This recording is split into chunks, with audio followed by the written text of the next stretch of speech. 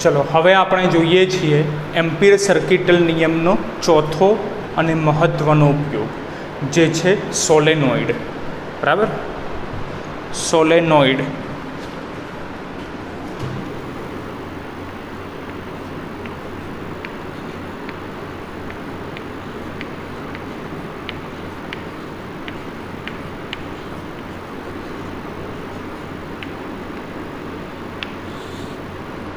खास अगत्यनो टॉपिक है सोलेनोइड। तो सौथी पहला आपणे ए समझी ले कि सोलेनोइडनो मीनिंग शुं छे।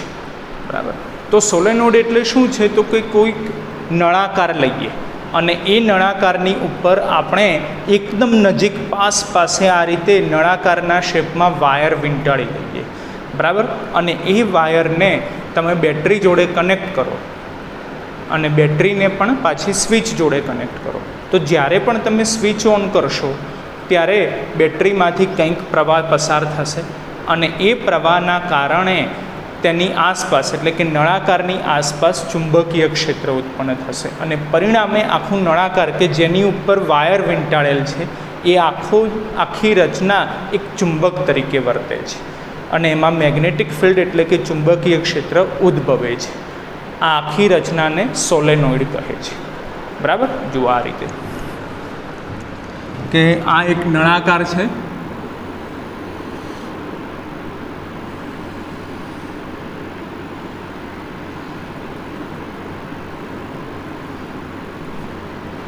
चलो तो एटले आ रीते आपणे एक नळाकार लीधेलो छे अने ए नळाकारनी उपर आपणे वायर वींटाळी लईए छीए एकदम पासे आ रीते।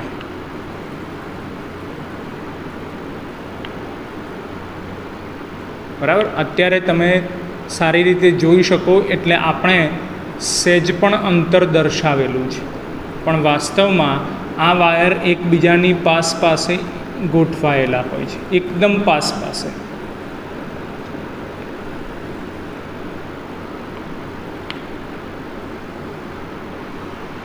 बराबर, आ रीते पाछळनी तरफथी जता होय छे एटले आपणे ए पाछळनो भाग दर्शावेलो नथी। बराबर, अने हवे आ वायरनी जोड़े आपणे कोई एक बेटरी जॉइंट करी दईए छीए अने बेटरीनी जोड़े स्विच जॉइंट करी दईए छीए। आ बेटरी छे एनी जोड़े स्विच जॉइंट करी दईए छीए। बराबर, तो हवे ज्यारे पण स्विच ऑन करीशुं त्यारे बेटरीमांथी कंईक प्रवाह पसार थशे, आई जेटलो प्रवाह पसार थशे अने ए आई जेटलो प्रवाह ए आ वायर मार्फते आगळ वधशे।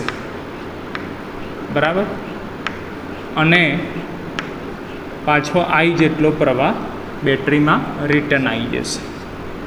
बराबर, तो ज्यारे पण आ नळाकारनी अंदर आवी रीते तमे तार वींटाळो, वायर वींटाळो अने एमांथी प्रवाह पसार थाय त्यारे ए आखी रचना एक मेग्नेट तरीके वर्ते छे अने एनी आसपास चुंबकीय क्षेत्र उद्भवे छे। आवी रचना ने सोलेनोइड कहे छे। बराबर, तो हवे ए सोलेनोइड माटे आपणे बे थियरी भणवानी छे। बराबर, पहली थियरी एवी छे कि आ जे सोलेनोइड छे ए निश्चित लंबाईनो छे एटले के आनी लंबाई फिक्स छे, परिमित लंबाई छे। तो एवा सोलेनोइडनी अंदर आ नळाकारनी अंदरना भागमां कोईक बिंदु छे अने ए बिंदु पासे चुंबकीय क्षेत्र केटलुं मळे छे ए आपणे फाइंड आउट करवानुं छे। अने बीजी थियरी एवी लेवानी छे कि नळाकार ए निश्चित लंबाईनो नथी, इन्फाइनाइट लंबाई छे। बराबर, एनी कोई लंबाई फिक्स नथी, इन्फाइनाइट छे। तो एवा नळाकारनी अंदर कोईक बिंदु आवेलुं होय तो त्यां चुंबकीय क्षेत्र केटलुं मळशे। बराबर, एटले बे थियरी छे। पहली थियरी में सोलेनोइडनी लंबाई फिक्स है, बीजी थियरी में सोलेनोइडनी लंबाई इन्फाइनाइट है। बराबर, चलो तो पहली थियरी आपणे लईए छीए कि जेमां निश्चित लंबाई है सोलेनोइडनी एटले परिमित लंबाई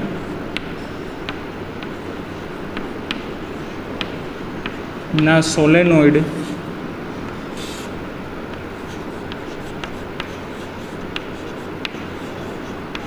સોલેનોઇડ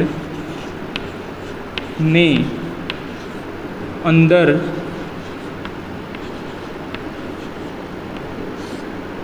ના બિંદુ પાસે ચુંબકીય ક્ષેત્ર, અંદરના બિંદુ પાસે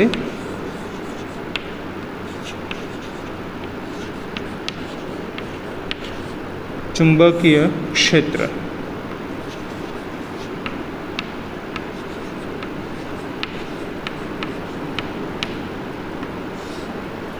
બરાબર.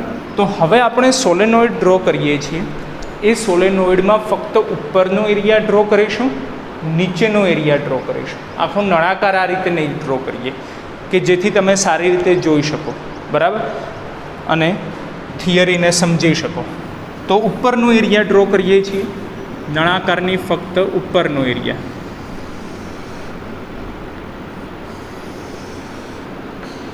બરાબર. અને એ જ રીતે નળાકારની ફક્ત નીચેનો એરિયા ડ્રો કરીએ છીએ. આ નળાકારની નીચેનો એરિયા છે, આ ઉપરનો એરિયા છે. બરાબર છે. તમે જુઓ તો ઉપરની આકૃતિના આધારે તમને એવું લાગશે કે જે પ્રવાહ છે એ ઉપરથી બહાર આવે છે અને નીચેથી અંદર જાય છે. તીર તમે ધ્યાનથી જુઓ, તમને ખ્યાલ આવે. પ્રવાહ ઉપરથી બહાર આવે છે, નીચેથી અંદર જાય છે. આ રીતે છે. બરાબર. આ રીતે આમ સર્કલ રચાશે એટલે આ રીતે થશે. અહીંયાથી બહાર આવે છે, અહીંયાથી અંદર જાય છે, બહાર આવે છે, અંદર જાય છે. તો ઉપરથી બહાર આવે છે અને નીચેથી અંદર જાય છે એવું કહેવાય. તો પ્રવાહ બહાર આવે તો ડોટ દર્શાવવાનું. બરાબર. એટલે અહીંયા આપણે બધે જ ડોટ કરી દઈએ છીએ. આ ડોટનો મિનિંગ શું થયો કે અહીંયાથી પ્રવાહ બહાર આવી રહ્યો છે. બરાબર. એટલે ઉપરની તરફ બધે જ આપણે ડોટ દર્શાવી લઈએ છીએ, જે દર્શાવે છે કે અહીંયાથી પ્રવાહ બહાર આવે છે અને સામેની સાઈડ અંદર જાય છે. તો અહીંયા પ્રવાહ અંદર જાય છે માટે બધે જ ક્રોસ દર્શાવી દઈએ આપણે. બરાબર. એટલે વાયર દર્શાવવાની જરૂર ના પડે, કારણ કે વાયર દર્શાવીશું તો આકૃતિ આપણને ખ્યાલ નહીં આવે, બહુ કન્જક્શન થઈ જશે. બરાબર. અને આકૃતિને આપણે સરળતાથી સમજી શકીએ માટે આ રીતે છે, જે દર્શાવે છે કે પ્રવાહ બહાર આવે છે, અંદર જાય છે, બહાર આવે છે, અંદર જાય છે. બરાબર. અને હવે આ વચ્ચેના એરિયામાં કોઈ એક બિંદુ આવેલું છે. એ બિંદુ પાસે આપણે ચુંબકીય ક્ષેત્ર શોધવાનું છે. તો માની લો કે એ બિંદુ અહીંયા છે. આ બિંદુ P પાસે આપણે ચુંબકીય ક્ષેત્ર શોધવું છે. તો કઈ રીતે શોધીશું? બરાબર. તો એના માટે આપણે બે નિયમો ભણી ગયેલા છે. એક તો પહેલો નિયમ છે બાયો સાવર્ટનો નિયમ અને બીજો નિયમ છે એમ્પિયર સર્કિટલ નિયમ. બરાબર. તો આપણે કીધું કે સોલેનોઇડ માટે આપણે ટોટલ બે થિયરી જોઈશું. પહેલી થિયરી છે કે જેમાં સોલેનોઇડની લંબાઈ કેવી છે? નિશ્ચિત લંબાઈ છે. તો યાદ રાખો કે આ પહેલી થિયરી માટે, એટલે કે પરિમિત લંબાઈના સોલેનોઇડની અંદર કોઈ એક બિંદુ આવેલું હોય તો એ બિંદુ પાસે ચુંબકીય ક્ષેત્ર શોધવાનું સૂત્ર આપણે બાયો સાવર્ટના નિયમની મદદથી સોલ્વ કરીશું. અને જે બીજી થિયરી છે કે આ જ ચર્ચા પણ ફક્ત અનંત લંબાઈનો સોલેનોઇડ છે, તો એના માટેની જે થિયરી છે એ આપણે એમ્પિયર સર્કિટલ નિયમથી સોલ્વ કરીશું. બરાબર. એટલે આ થિયરી આપણે બાયો સાવર્ટના નિયમની મદદથી સોલ્વ કરીશું.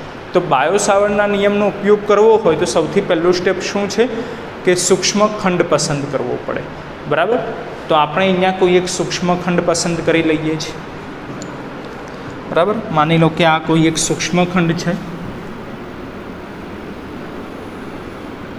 સૂક્ષ્મખંડ આપણે નક્કી કરી લીધો, જેની લંબાઈ કેટલી છે તો કે dx જેટલી છે. લંબાઈ dx જેટલી છે. બરાબર. તો સૌથી પહેલાં આપણે આ સૂક્ષ્મખંડના કારણે P બિંદુ પાસે ચુંબકીય ક્ષેત્ર નક્કી કરવું પડશે. બરાબર. તો શું કરવું પડે કે સૂક્ષ્મખંડથી બિંદુ Pને કનેક્ટ કરી દેવા પડે. બરાબર. અને અહીંયા આપણે આ સોલેનોઇડની અક્ષ ડ્રો કરી દઈએ છીએ. સોલેનોઇડની અક્ષ એટલે કે એના સેન્ટરમાંથી પસાર થતી એક્સ અક્ષને સમાંતર લાઈન. બરાબર. જેને કહેવાશે સોલેનોઇડની અક્ષ. જેના આધારે આપણે સોલેનોઇડની ત્રિજ્યા નક્કી કરી દઈએ છીએ કેપિટલ R. ત્રિજ્યા, સોલેનોઇડની ત્રિજ્યા કેપિટલ R. બરાબર. તો સૂક્ષ્મખંડથી બિંદુ Pનું અંતર નક્કી થઈ ગયું, જેને આપણે R કહી દઈએ છીએ. આ અંતર સ્મોલ r. બરાબર. અને પછી બીજું શેની જરૂરિયાત પડે જો આપણે બાયો સાવર્ટના નિયમનો ઉપયોગ કરવો હોય? તો તો કે સૂક્ષ્મખંડ અને આર વચ્ચેનું એંગલ, પણ એની જગ્યાએ આપણે આ એંગલ લઈએ છીએ જે છે થીટા, બરાબર. આ એંગલને આપણે થીટા તરીકે લઈએ છીએ. ચલો, તો હવે ખાસ યાદ રાખજો કે આ જે પ્રવાહ છે એ પ્રવાહ બહાર આવે છે, અહીંયાથી પ્રવાહ અંદર જાય છે, એટલે વાસ્તવમાં અહીંયા આવી બધી ઘણી રિંગ રચાય છે, બરાબર. તમે જુઓ તો આ વાયર આ રીતે છે તો આ રિંગ જેવું જ લાગશે, બરાબર. ખાલી પાછળનો એરિયા આપણે ડ્રો નથી કર્યો. તો અહીંયા પણ વાસ્તવમાં ઘણી બધી રિંગ છે, આ રીતે બહાર આવે છે, અંદર જાય છે, આવી રીતે ઘણી બધી રિંગ છે, બરાબર. તો આપણે યાદ કરો કે બાયો સાવર્ટના નિયમનો ત્રીજો ઉપયોગ ભણી ગયા કે કોઈક વર્તુળાકાર રિંગ આપણે લઈએ, વિદ્યુત પ્રવાહધારિત વર્તુળાકાર રિંગ, તો એ રિંગની અક્ષ ઉપર તેના કેન્દ્રથી અમુક અંતરે કોઈક બિંદુ આવેલું હોય તો એ બિંદુ પાસે ચુંબકીય ક્ષેત્ર શોધવા માટેનું સૂત્ર આપણે ભણી ગયા, બરાબર. એ સૂત્ર આપણે એપ્લાય કરવું પડે.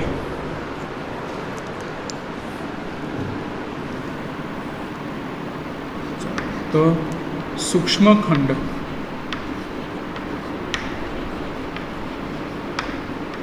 સૂક્ષ્મખંડના કારણે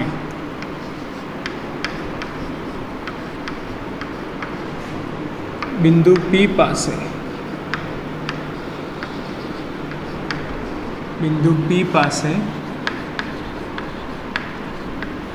ચુંબકીય ક્ષેત્ર, બરાબર.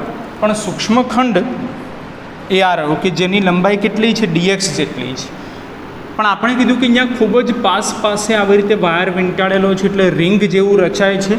તો એવું જરૂરી નથી કે આ dx લંબાઈ ધરાવતો જે સૂક્ષ્મખંડ પસંદ કર્યો એમાં એક જ રિંગ હોય.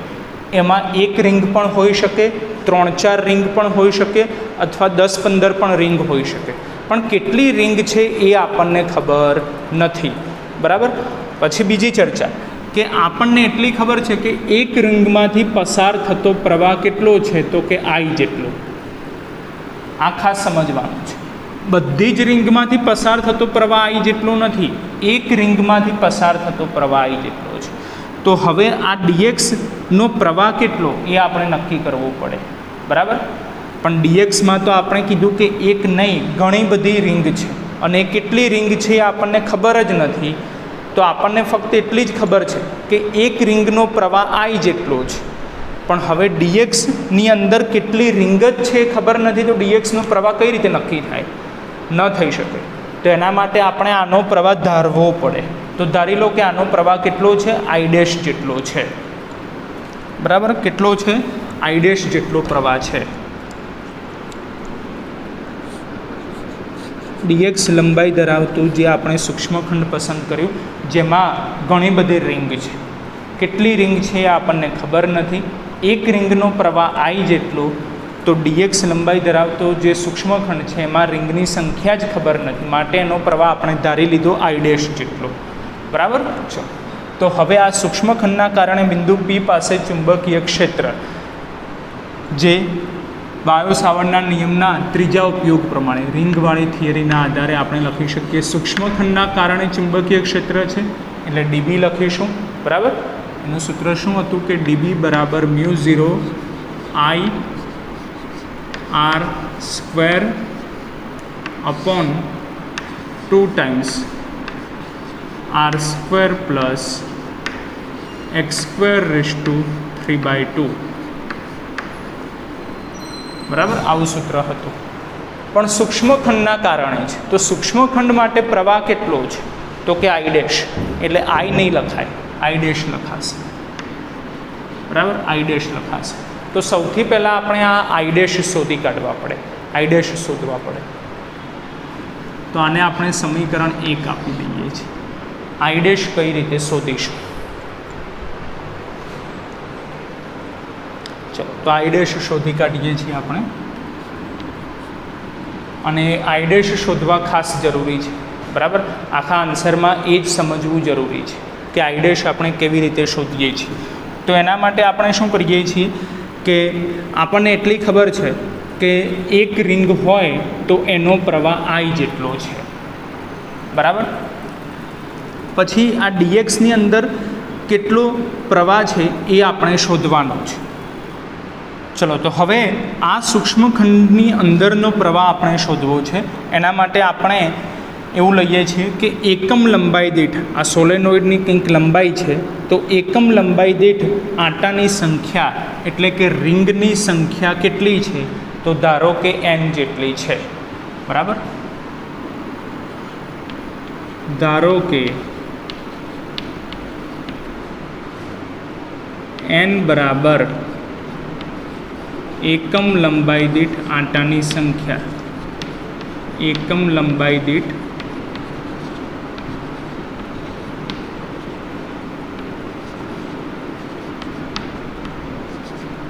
આંટાની સંખ્યા.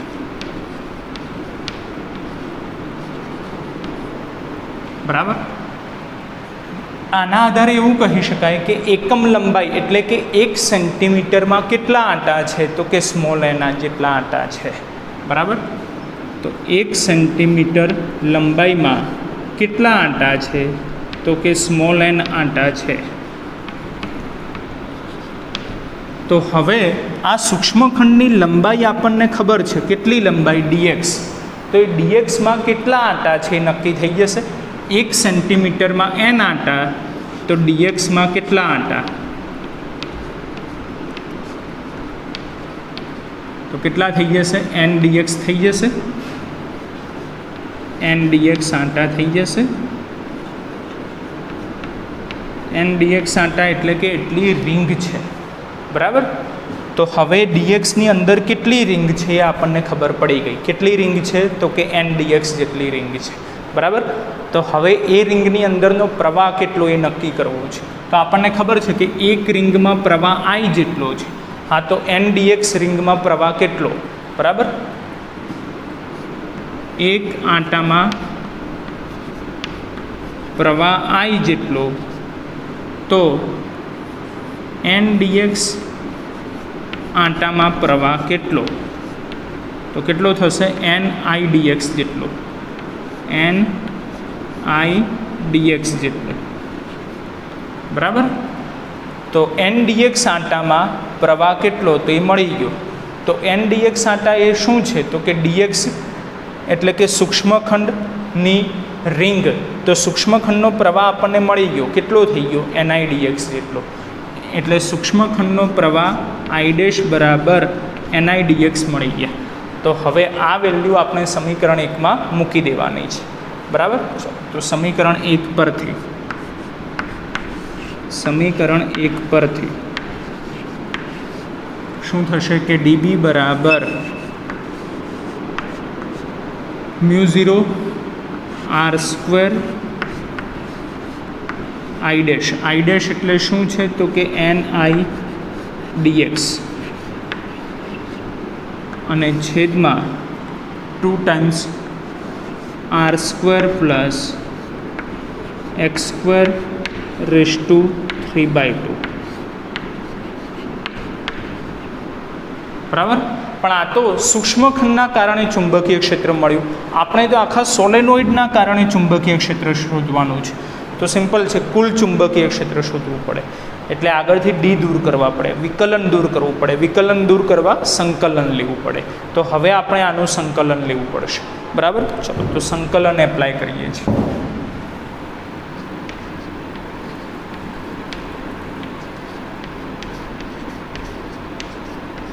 સંકલન લેતા ચલો સંકલન લઈએ તો ડીબીનું સંકલન એટલે બી થઈ જશે. તો બી બરાબર integration μ0 r² ni dx μ0 r² ni dx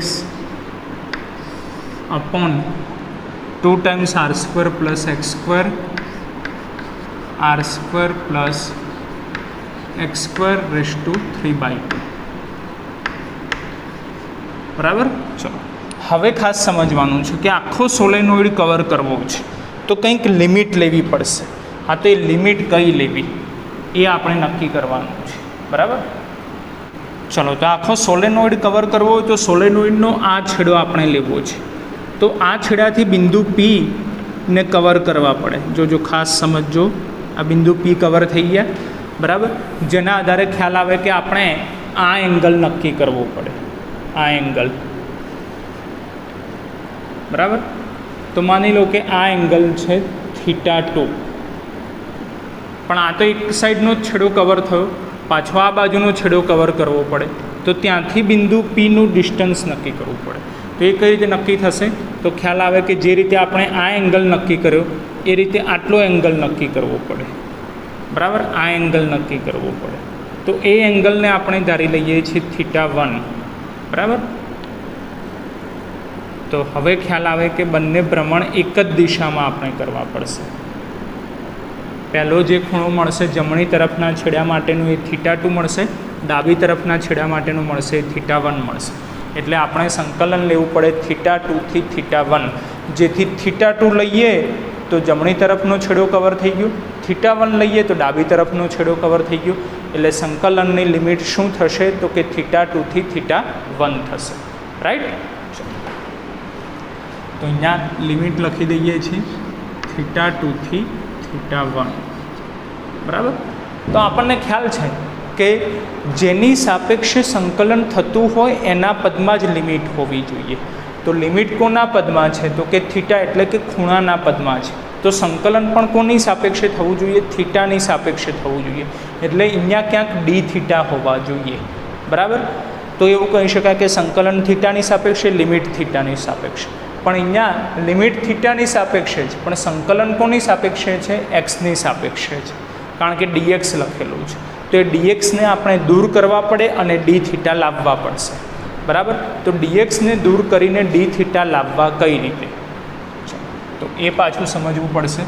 તેના માટે આપણે આને સમીકરણ 2 કહી દઈએ, બરાબર, કે dxને દૂર કરીને આપણે dθ લાવીએ છીએ.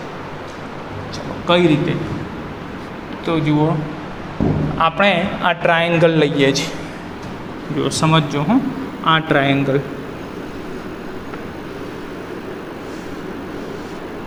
આ ટ્રાયેંગલ લઈએ છીએ અને એમાં આપણે આ એંગલ θ પસંદ કરેલો છે, આ એંગલ θ. તો tan θ એપ્લાય કરો તો tan θ એટલે શું થાય? સામેની બાજુ છેદમાં પાસેની બાજુ.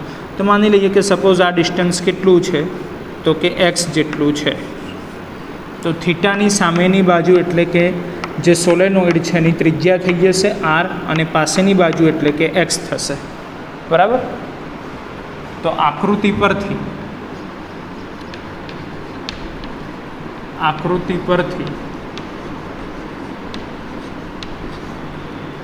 tan θ બરાબર સામેની બાજુ છેદમાં પાસેની બાજુ r/x.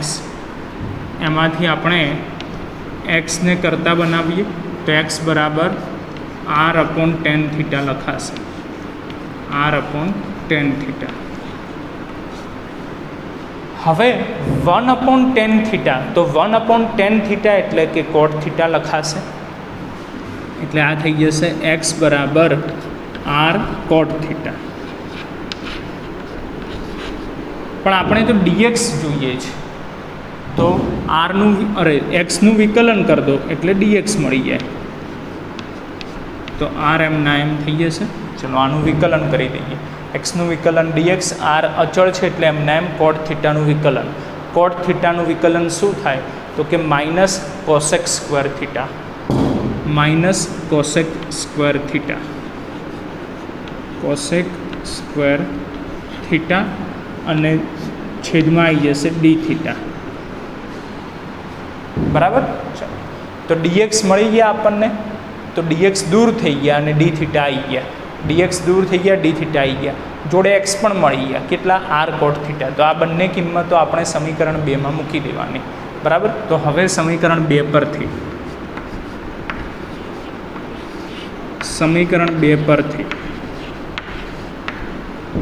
b બરાબર ઇન્ટિગ્રેશન θ2 થી θ1 μ0 r² ni dx. પણ dxની જગ્યાએ શું લખાશે?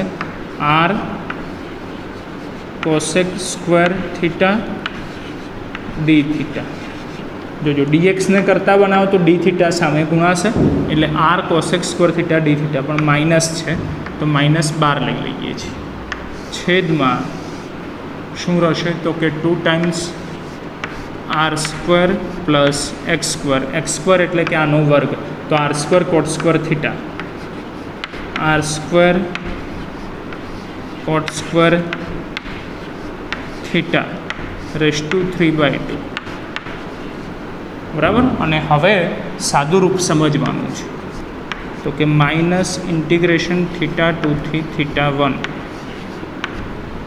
બરાબર. શું થશે તો કે μ0 ni r ઘન લખાશે μ0 ni r ઘન into cosec square theta d theta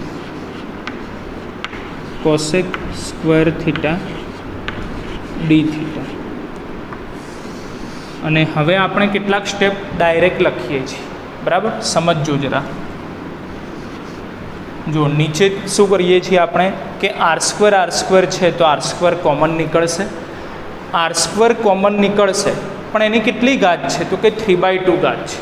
બોલો r સ્ક્વેરની જ 3/2 ઘાત સમજો r સ્ક્વેરની જ 3/2 ઘાત તો r ઘન બાકી રહેશે બરાબર. તો r ઘન લખી દઈએ છીએ r ઘન તો બ્રેકેટમાં શું રહેશે r સ્ક્વેર તો બહાર આવી ગયા છે તો બાકી શું રહ્યું તો કે 1 plus cot square theta 1 plus cot square theta raise to 3/2 right. ચલો હવે તમે ધ્યાનથી જુઓ તો ખ્યાલ આવે કે r ઘન ઉપર નીચે કેન્સલ થઈ જશે પછી μ0 ni/2 અચળ ગણાશે સંકલનની બહાર આવી જશે બરાબર. તો હવે આપણે અહીંયા લખીએ છીએ તો કે b બરાબર માઇનસ μ0 ni/2 ઇન્ટિગ્રેશન થીટા 2 થી થીટા 1 બરાબર.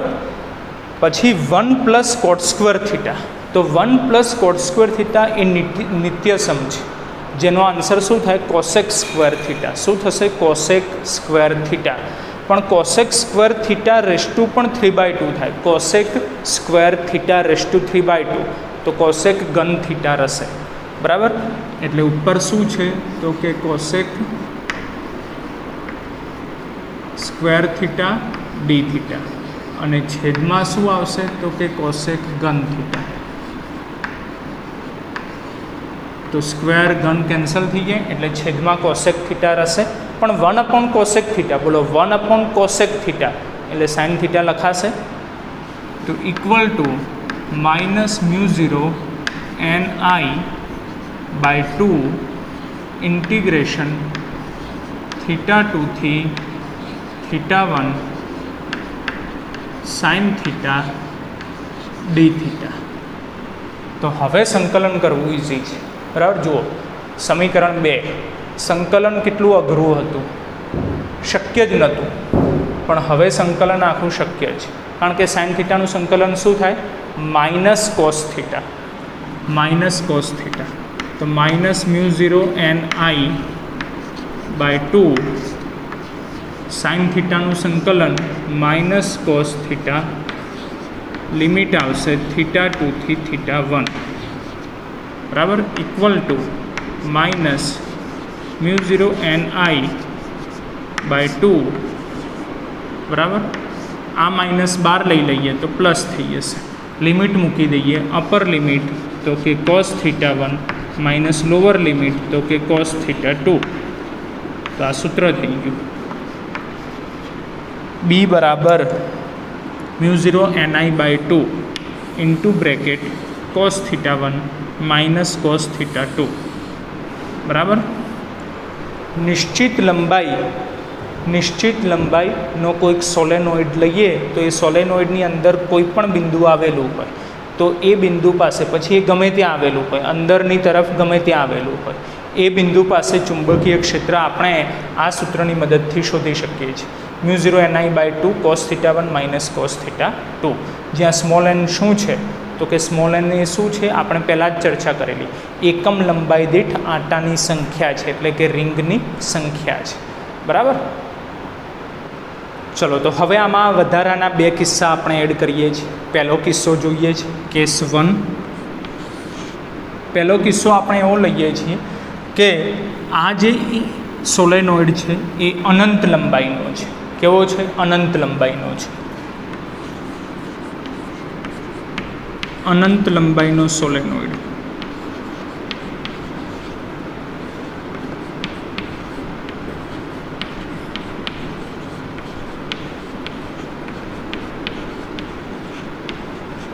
જોજો, ધ્યાનથી સમજજો. સોલેનોઇડ જો અનંત લંબાઈનો હોય તો આ જે છેડો છે એનો કોઈ અંત જ નથી. તો આ જે એંગલ બનાવીશું આપણે θ2 વાળો, બરાબર, એ ખૂબ જ દૂર જશે. આ રીતે ખૂબ જ દૂર જશે. તો θ2 ઘટતા જશે અને ઘટીને કેવા થઈ જશે? 0 થઈ જશે. સેમ એ જ રીતે આ બાજુ પણ કોઈ અંત જ નથી. આ છેડો છે જ નહીં, કારણ કે ઇન્ફાઇનાઇટ છે, એટલે કોઈ અંત જ નથી. તો આ એંગલ પણ ખૂબ જ લાંબો થશે. બરાબર. અને ખૂબ જ લાંબો થશે તો ઘટતો જશે. આ એરિયામાં આમ ઘટતો જશે અને એંગલ તમને મળી જશે 180 ડિગ્રી જેવું. બરાબર.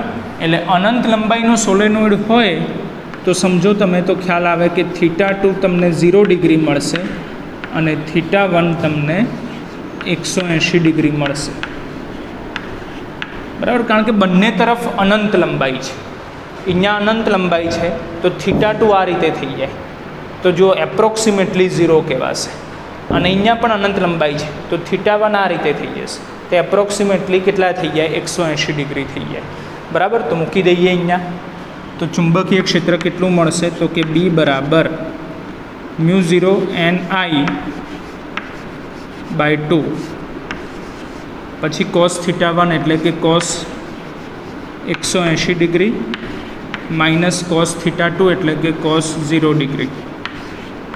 બરાબર. cos 180 એટલે કે -1 થશે અને cos 0 એટલે કે 1 થશે.